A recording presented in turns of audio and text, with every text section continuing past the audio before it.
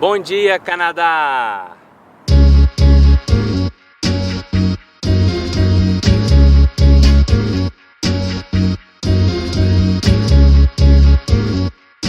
Hoje estamos aqui com a Thaís Nussi. Ela é brasileira que já mora há alguns anos aqui no Canadá. Ela vai contar um pouco da história pra gente, como que foi para fazer a regulamentação do diploma de fisioterapia aqui no Canadá e dar algumas dicas para você. E aí, Thaís, você já está há quanto tempo aqui no Canadá? Bom, primeiramente eu gostaria de agradecer o convite da Eric e do Hélio de participar do canal Bom Dia Canadá. Como ele falou, eu sou a Thaís Nussi, eu moro no Canadá desde 2013.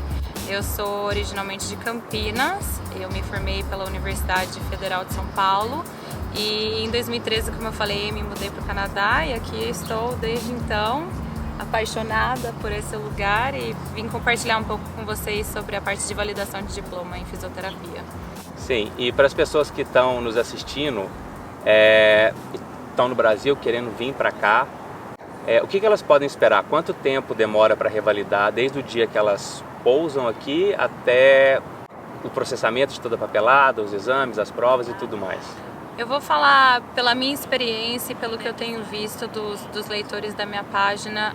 Eu demorei 1 ano e meio desde que eu apliquei para ter a parte de validação e obtenção de licença em fisioterapia. Depois de 1 ano e meio você já podia trabalhar então? Isso, depois de 1 ano e meio eu consegui minha licença temporária.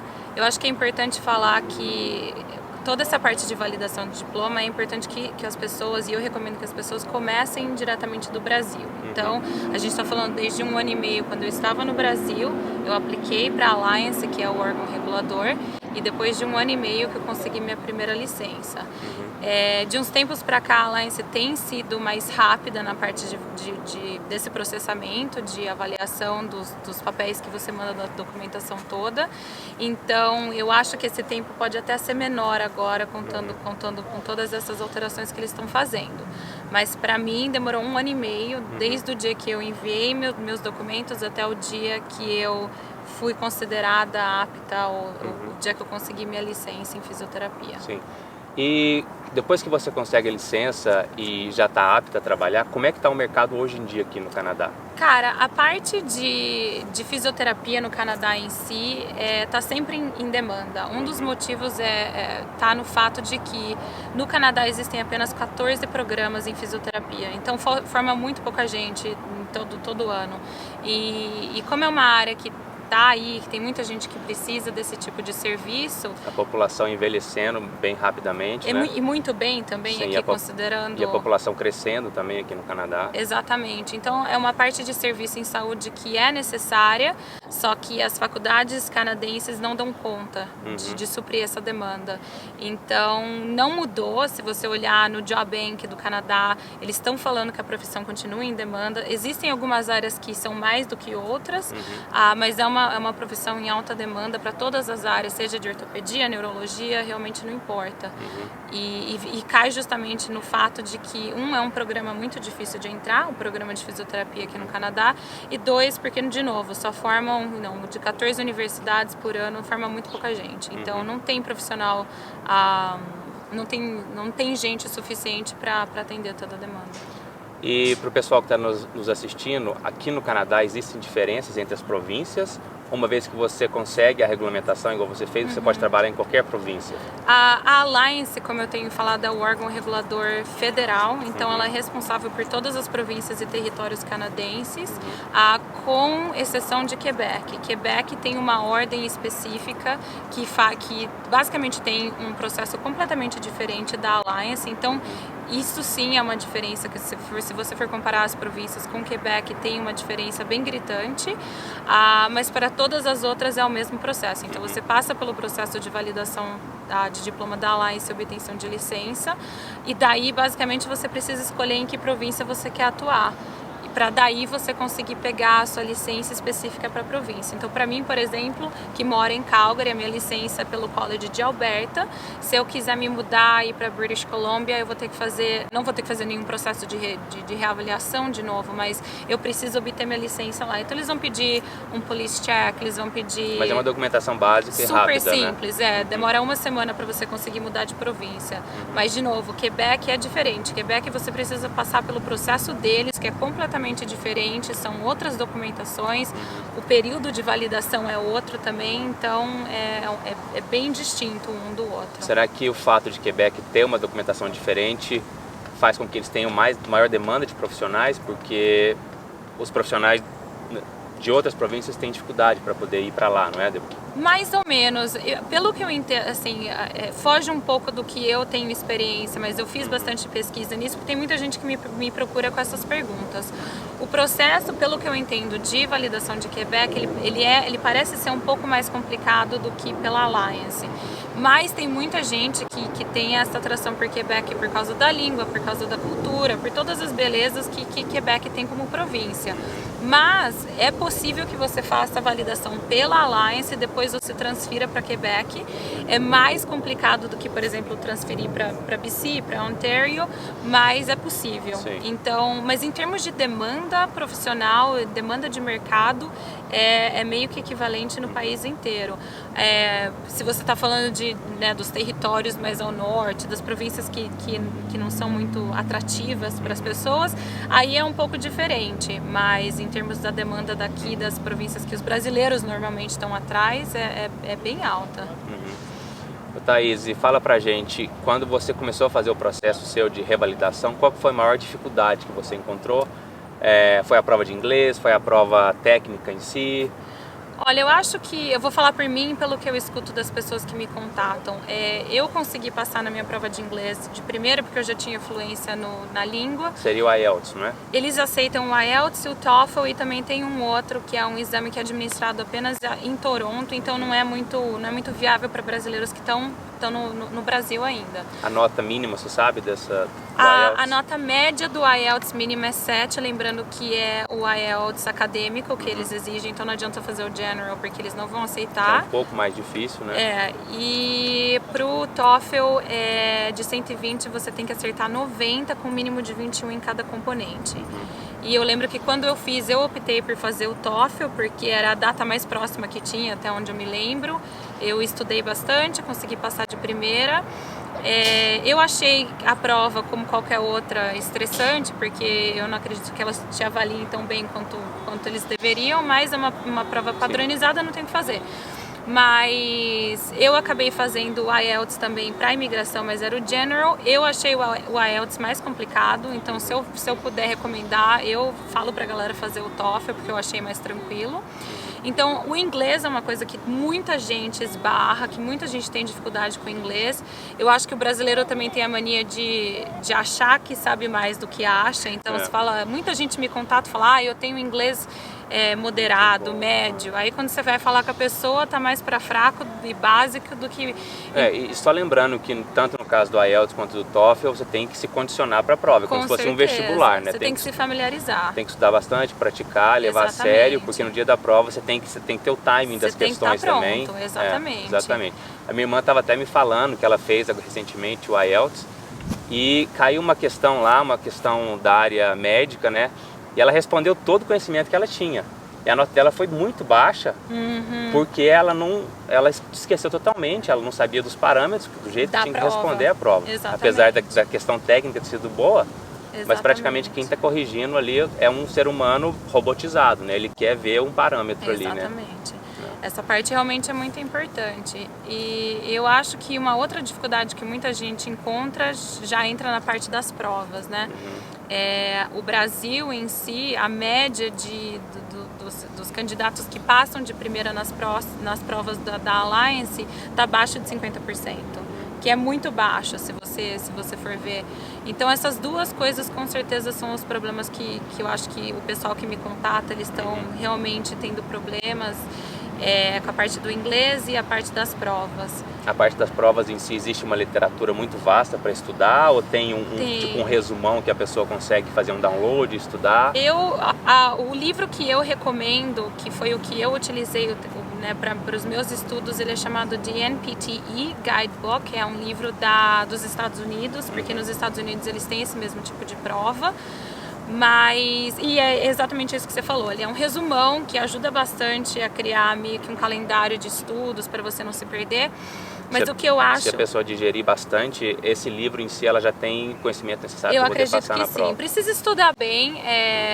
Um dos problemas que eu acho que pra gente como brasileiro é que diferente, por exemplo, dos advogados no Brasil, que eles têm o exame da ordem. Na fisioterapia não, você defende o seu TCC, beleza, pagou o seu CREFITO, você já pode trabalhar.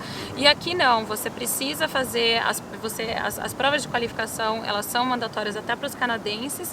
Então, a partir do primeiro dia que eles entram para o programa de fisioterapia, eles estão sendo preparados para essa prova. Então, a taxa deles de aprovação é de 90% a 99%. Então, a diferença é bem nítida. Então, pra gente, porque a gente não tem esse tipo de preparação, você basicamente precisa estudar um conteúdo de 5 anos de faculdade para colocar numa prova. Então é complicado.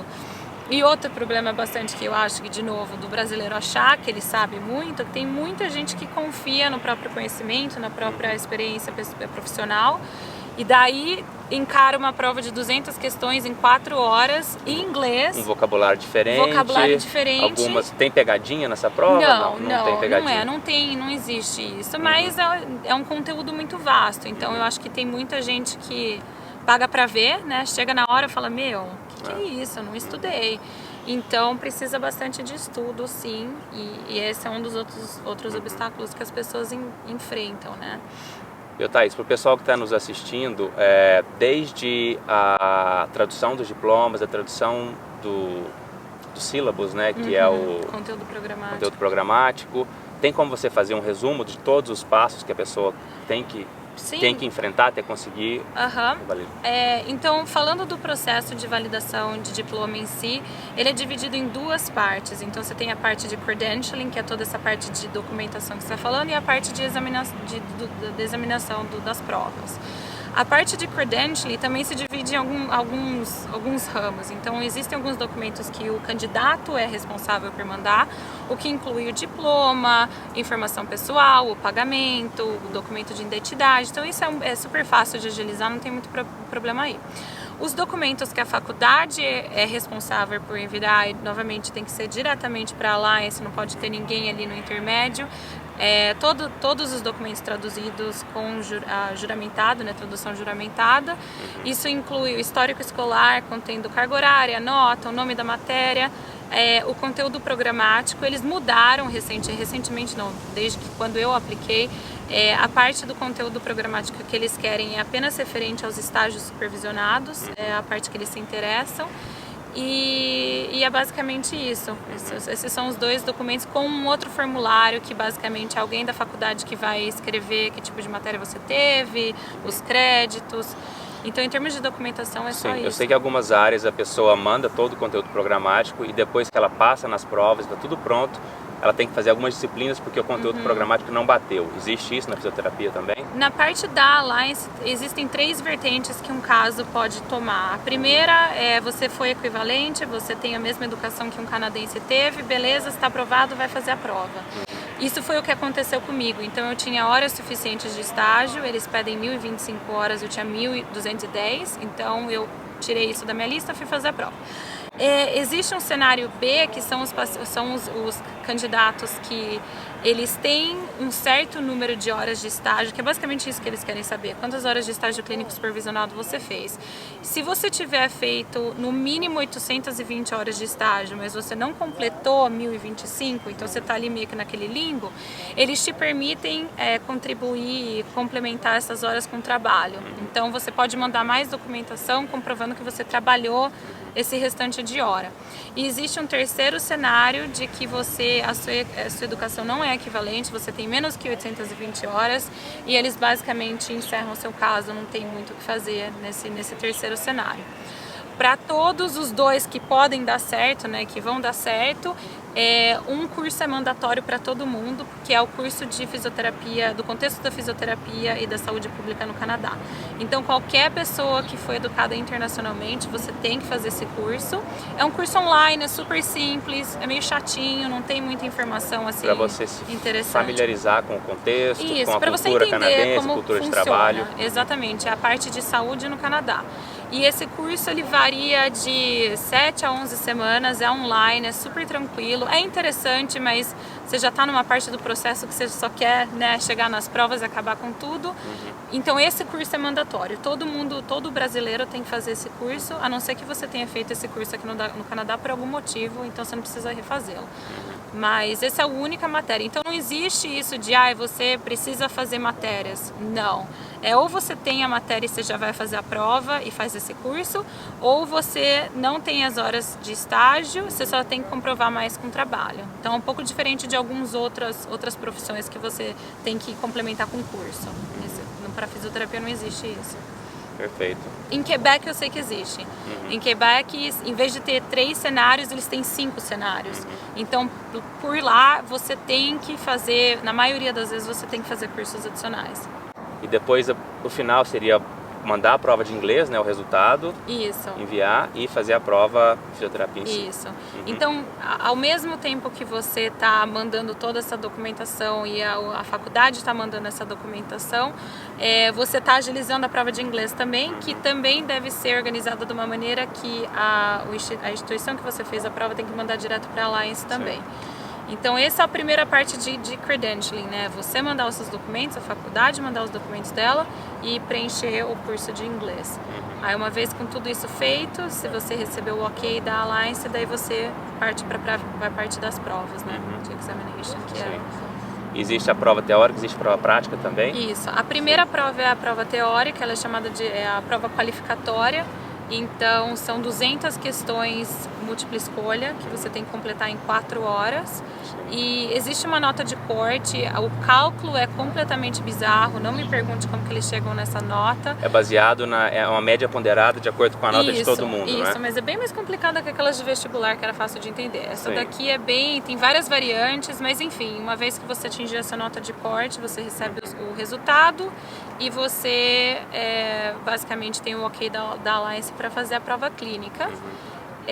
A prova clínica são 16 estações que você vai interagir com o paciente, um ator, né, que está na sua frente.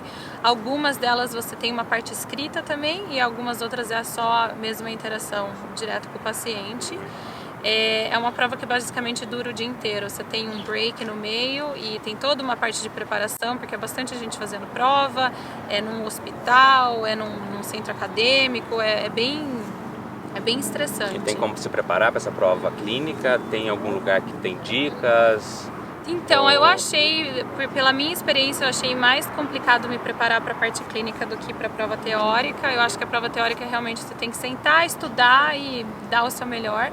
Na parte clínica tem muito essa parte de interação, né? Então, quando eu estudei, eu consegui arrumar um grupo de estudos aqui que a gente se reunia uma vez por semana e a gente basicamente criava casos clínicos e interagia um com o outro. E eu senti que isso não seria suficiente, então na minha parte de estudo que eu fiz, novamente eu criava cenários na minha cabeça, eu pegava meu celular, eu ligava o gravador de voz e eu ficava sozinha treinando, fingindo que eu estava interagindo com alguém. Então se eu tivesse que medir movimento de um punho, eu tirava meu tempo para medir, porque tempo é uma outra coisa que você precisa estar em cima, pra poder exato. ir bem na prova. E além disso, tem algumas instituições que oferecem quase que um treinamento da prova prática. Então eu fiz uma aqui em Calgary pela PT Health e eles meio que imitaram o que seria a prova e eles foram bem rígidos assim na parte de correção, porque quanto mais rígido, mais você vai se dedicar para os estudos daqui para frente. Então, mas é uma parte mais complicada. Eu sei que existem algumas universidades que oferecem curso preparatório, a Universidade de BC é uma delas, mas para mim não era conveniente porque era presencial e eu tô aqui em Alberta e era muito caro na época também. Mas existem algumas opções, mas eu achei mais estressante a parte de preparação para a prova prática. Ô, Thaís, e depois de tudo pronto, trabalhando já no Canadá, tendo a sua vida, como é que tá a vida hoje aqui? Cara, eu sou suspeita para falar, eu sou completamente apaixonada pelo Canadá e, cara, a vida é isso, essa tranquilidade, essa segurança. Eu fui recentemente pro Brasil e as pessoas falam assim, e aí, não vai voltar? E, não vou, né? Não tem como. É muito gratificante estar aqui como profissional, a fisioterapia aqui é muito valorizada. E eu acho que como pessoa também, o Canadá te permite tanto crescimento, tanta oportunidade. E isso é uma das coisas que eu tento incentivar o pessoal que me procura na página, porque obviamente ser fisioterapeuta no Canadá tem tanto benefício financeiro, de estabilidade profissional, de valorização, como eu falei. Cultural, pessoal. Mas tem tudo Sim. isso também, né? A parte de segurança, a parte de tranquilidade, para quem tem, né, para quem tem filhos, de criar um filho aqui, como vocês estão fazendo. E daí, por exemplo, você vai e volta para o Brasil para uma visita, infelizmente as coisas lá estão cada vez piores, então a vida aqui é muito boa, né? Muito tranquila, muito... E o inverno, muito Thaís? gostoso. O inverno não dá vontade de... Olha, eu sou da opinião, porque de novo eu amo o Canadá, que eu acho que existem pessoas e pessoas, né? Você vem para o Canadá, todo mundo sabe que é um país gelado, é frio, é branco, mas eu acho que também você tem chuva, que... tem que se molhar. Exato, então você tem que achar coisas que você goste de fazer durante o inverno. A temperatura em si não me incomoda, eu acho que eu me adaptei muito bem. Oi, pequenininho! Oi! O que eu acho que a mudança do verão para o inverno, que eu acho que muita gente se assusta, é a falta de luz, né? Os dias ficam muito curtos. Sim. Mas eu lembro quando eu me mudei para cá pela primeira vez com meu marido, com o Marcel, eu falei, a gente não vai deixar o inverno nos abalar. Então, a gente gosta de fazer snowboard, a gente gosta de passear mesmo no inverno. Então, tentar achar coisas e atrativos que aprender a curtir o inverno. Exato. E não ficar reclamando. E não né? reclamar, exatamente. Sim. Porque não dá pra vir pra cá, ter tudo isso de benefício, de positivo, e ao mesmo tempo ficar reclamando que o Canadá é frio. Dá pra ter tudo também, né? E depois do inverno rigoroso, sempre vem um verão maravilhoso. Exato. Aqui, né? Isso é uma parte que eu gosto bastante do Canadá, dessa parte das seasons, né? Então você tem o verão, você tem o outono, a primavera, é muito delimitado, é muito legal passar por todas essas estações, em vez de ser só um calorzão o ano todo e fica um pouco frio e fica calorzão de novo. Então se você começa a apreciar essas coisas e começa a olhar por esse lado, o inverno passa voando e é só mais um detalhe, né? Perto de tudo que você coloca na balança da vida daqui. Então, Sim. O segredo é curtir sempre o inverno. Exatamente, não dá pra ficar reclamando do inverno. Então, pessoal, espero que tenham gostado muito dessa super conversa simpática de hoje. Espero que tenham captado bastante informação aqui. E a Thaís quer falar para vocês um pouco do site dela e dar umas dicas finais para vocês. Bom, gente, eu queria só falar para quem não conhece meu site, chama Fisioterapia no Canadá Eu Quero. Eu tô no Facebook, então eu acho que é uma plataforma super legal de interagir comigo e a gente conseguir trocar algumas ideias e informações. Eu acho que só a mensagem final que eu gostaria de deixar para vocês é que o processo, quando você dá de cara com ele de primeira, ele é assustador, você acha que você nunca vai conseguir. O pessoal tende a começar a arrancar cabelo na primeira leitura que faz da página, então a minha principal dica é ter muita calma, dar passos, baby steps todo dia, porque é um processo que é longo, custoso, mas ele é possível, tem tanta gente aqui que a gente conhece que conseguiu fazer o processo. De qualquer forma, confiram a minha página, tá tudo mastigadinho lá para vocês, desde tudo. Eu falo desde do processo em si até algumas experiências pessoais que eu tive. E é isso, gente. Venham curtir isso daqui. Vocês estão perdendo. Nunca desistam. Exatamente. Não pode deixar a peteca cair. Isso aí. O processo é longo, mas vale a pena. Um grande abraço. Tchau, tchau. Obrigada. Até a próxima.